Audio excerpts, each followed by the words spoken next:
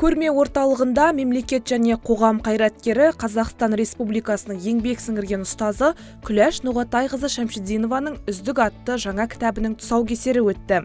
Шараға білім саласының ардагерлері, қалалық басқарма өкілдері, Назарбаев зияткерлік мектептері мен жалпы білім беретін мектептердің директорлары, ұстаздар және ата-аналар қатысты. Іс-шараға 350-ден астам адам жиналды. Салтанатты шарада қаланың әлеуметтік салаға жауапты әкімінің орынбасары Сәрсен Абайұлы құттықтау сөз сөйлеп, автордың еліміздің білім жүйесін дамытуға қосқан үлесін атап өтті. Сонымен қатар жиын барысында жаңа кітапқа арналған бейне презентация көрсетіліп, автор Күләш Ноғатайқызы жиналған жұртшылыққа өз ризашылығын білдірді. Тұсаукесердің символдық лентасы қиылып, іс-шара аясында кітап көрмесі, қолтаңба беру және оқырманмен кездесу алаңы ұйымдастырылды. Балабақшаны қалай таңдаймыз, мектепті қалай таңдаймыз, ұстаздармен қалай сөйлесуіміз керек, жалпы баланы үй жағдайында қалай тәрбиелеуіміз керек деген сұрақтар туындағаннан кейін сол отырып осы кітапты екі тілде жаздық, қазақ және орыс тілдерінде жаздық. Енді бірақ барлық ата-ана, барлық ұстаздар түсіну керек. Бұл кітапта бұл сұрақтарға бір адамның жауабы, ол менің жауабым. Ал енді әр бала ол өз алдына тұлға. Әр ата-ана, әр семьяның өзінің ерекшеліктері бар. Сондықтан да кез келген жағдайда балалармен жұмыс істеген кезде дайын рецепт жоқ. Былай жаса деген рецепт жоқ. Мен ой салуды айттым, мен ойлануды айттым. Қараңыздар, көріңіздер деп айттым. Ары қарата шешім қабылдау ол ата-ананың, мектептің, ұстаздардың өздері қабылдайтын шешім. Менің бірақ нәрсе айтқым келеді. Қай уақытта болмасын балаларыңыздың жанында болыңыздар.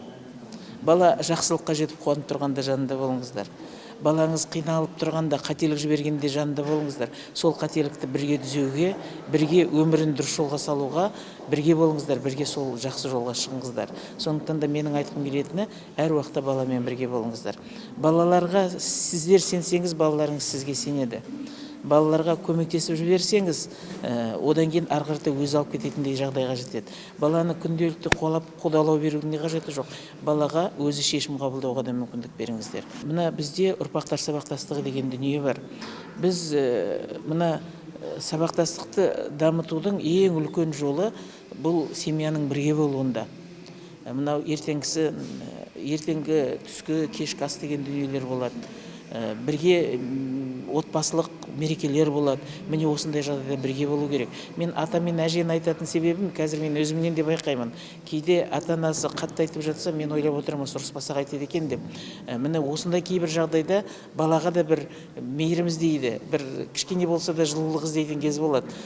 Сондай кезде мүмкін атасы мен әжесі жанында болатын шығар. Қазіргі біздің замандағы ең бір керемет дүние бұл қарым-қатынас қой. Адамның жақсы болуы да, жаман болуы да барлығы осы біздің қарым-қатынасымызға байланысты. Міне осындай жағдайда әртүрлі жағдай мектепте болып тұрады. Бұндай жағдайда баланың пайдасына қарата шешілетін жауап іздеу керек.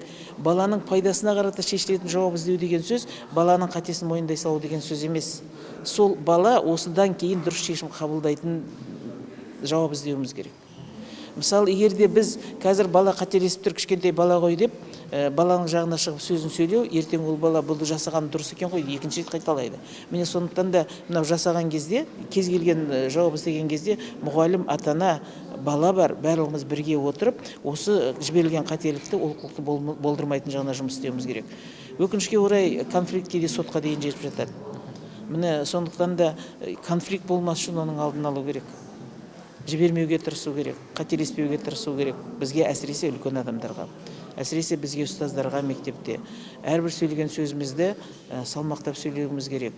Қалжыңымыз бар, қалжың емесіміз бар деген сияқты. Мына адамның көңілін қалдыратын нәрсе жасамауға тырысуымыз керек. Қандай жағдайда жанжал туындайды? Көңіл қалған жағдайда жанжал туындайды. Сондықтан көңіл қалдырмауға қарата жұмыс істеуге тырысуымыз керек. Күләш Ноғатайқызының үздік еңбегі жас ұрпаққа сапалы білім беріп, олардың рухани тұғырын нығайтуға бағытталған ұлттық тәрбиені жаңа заман талаптарына бейімдей отырып дамытуды көздейтін құнды туынды. Бұл кітапта мұғалім мен ата-ананың бала тәрбиесіндегі ортақ жауапкершілігі жан-жақты талданып, тәрбие үдерісіндегі өзара байланыс пен бірлескен жұмыстың маңызы терең ашылады. Сонымен қатар адал азамат кешенді тәрбие бағдарламасының негізгі қағидалары, оның баланың білім беру ұйымдарында қалай жүзеге асырылуы тиіс екені нақты мысалдармен көрсетілген. Ата-анаға да, педагогтарға да бұл кітаптың берері мол болады. Өйткені Күләш Нағатайқызының бойындағы тәжірибе екінің бірінде жоқ. Ол кісі өзінің тәжірибесімен бірінші кезекте педагогтармен бөлісіп отыр. Сонымен қатар ата-аналармен де бөлісіп отыр. Қазір өздеріңіз көріп отырғандай, әрбір жас отбасыға, әрбір жас ата-анаға заңды сұрақ туындап жатады. Көп жағдайда бізде білім басқармасына жұмыс жасаған екен консультация сұрайды.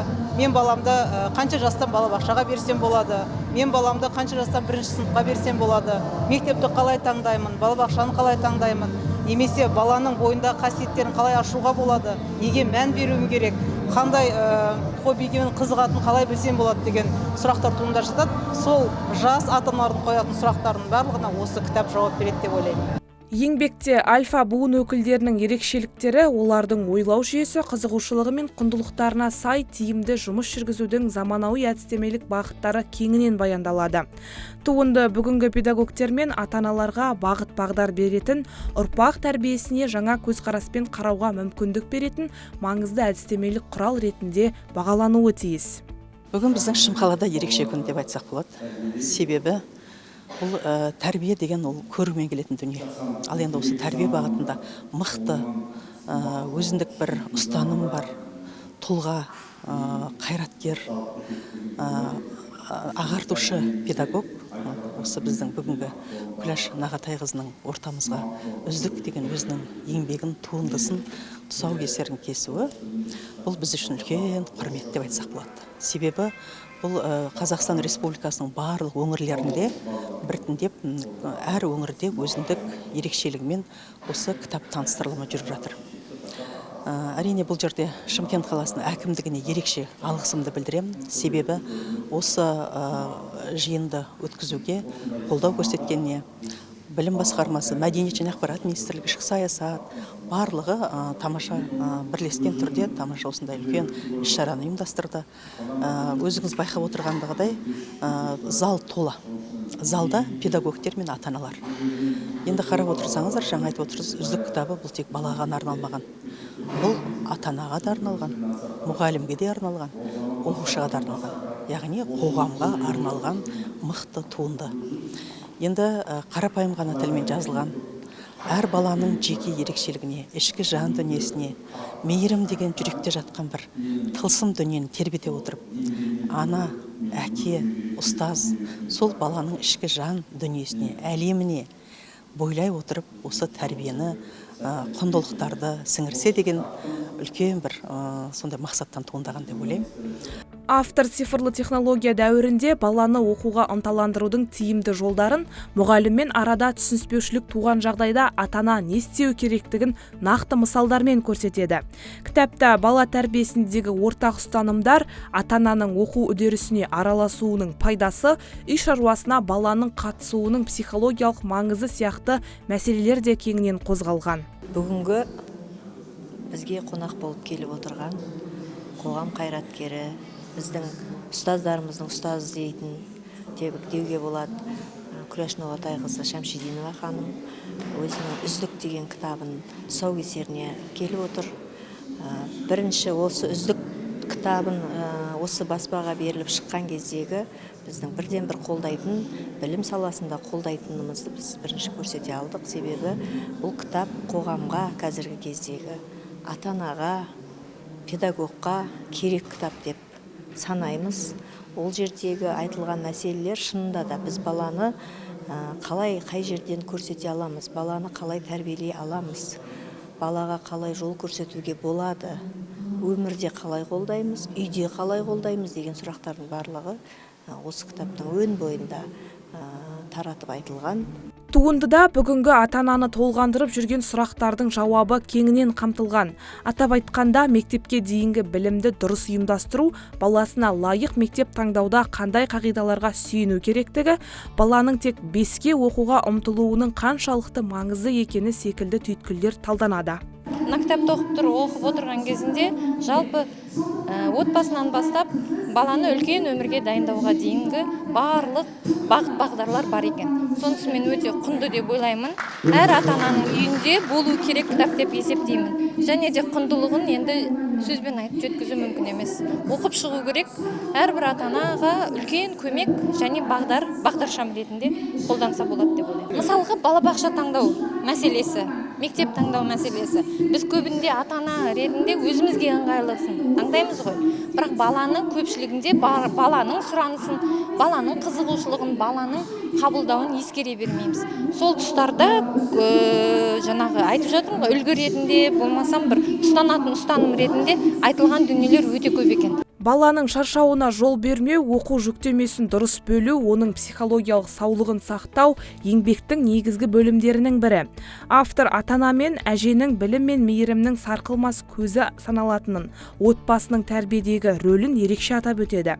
Кітапта баланың дамуына әсер ететін негізгі факторлар түсінікті тілмен беріліп, нақты ұсыныстар ұсынылған. Күләш Ноғатай қызым мен 2013-тен бері жақсы танимын. Неге себебі соны Назарбаев Зияткерлік мектебінде жұмыс жасап бастаған мұғалімдік ретінде сол кезден бастап осындай қатты жақсы тыңдайтын. Осы үздік кітабы шыққан кезде бірінші естіген күннен оны іздеп тауып оқып шықтым. Сонда бұл кітап былайша айтқанда қазір таңдағы ата-аналарға көбірек кәдімгі әдістемелік нұсқаулық ретінде бағыт береді. Мен өзім әрі ұстаз, әрі ата-ана ретінде оқып жатырмыз. Оқыған кезде екі түрлі көзқараспен қарағанда да барлығы бір бағытқа тоқсады. Яғни ата-анаға мектепте істеп жүрген кезде, директорлық қызметте жүрген кезде қазір көп ата-ана менен сұрайды, достарымда мектепті қалай таңдаймыз, қандай мектепке береміз. Сол кезде осы нәрселер бізде айтамыз, мынандай деп. Өзім балдарымда уже жоғары сыныпқа келе жатыр. Ол жерде не істейміз деп ойланамыз. Сонда мына кітапты оқып шыққан кезде сондай сұрақтардың барлығына жауап айтылады. Яғни ата-анаға, жас ата-анаға балабақшада қалай бағыттау керек, бастауыш мектепке қалай дайындау керек, мектеп қалай таңдау керек. Яғни осындай тұстардың барлығы көрсетіледі. Және бұл жерде ғылыми сөзден көрі қолданыстағы сөздер, практикалық сөздермен жақсы жеткізген, мысалдар келтірген. Былайша айтқанда оқыған кезде барлық деңгейдегі адамдар өзіне қажетті ақпаратты алады деп білемін. Сондықтан өте халыққа, әсіресе ата-анаға тиімді, әрі ұстаздарға да. Себебі бұл жерде сол ұстаздарға да бір бағыт беретін, өзінің тәжірибесіндегі жауабын таппай жүрген кейстер дейміз ғой. Оқушы мен ата-ана арасындағы, ұстаз бен ата-ана арасындағы сондай бір кикілжің тұстарға да жауаптар бар бұл кітаптың ішінде. Сондықтан мен де өзіме бір-екі кейстерді алдым осының ішіндегі. Сондықтан бұл кітап үлкен таралымға, оқылымға жетеді деп ойлаймын. Өзінің еңбек жолында көрген тәжірибелеріне сүйенген Күләш Ноғатайқызы мұғалім, оқушы, ата-ана қарым-қатынасындағы түйткілдерді саралайды. Қазіргі қоғамдағы үрдістерді қаперге ала отырып, ең асыл қазынамыз балаларымызды қалай тәрбиелейміз, оларды заман талабына қалай бейімдейміз, қайтсек бақытты, табысты ұрпақ өсіреміз деген сауалдарға жауап іздейді. Кітаптың таныстырылымы ұстаздар қауымына, ата-аналарға және бала тәрбиесіне бейжай қарамайтын барша жанға ой салған мазмұнды шара болды. Зияткер, адал, ұлттық құндылықтарды қадірлейтін жас буын қалыптастыру жолында мұндай еңбектердің маңызы зор.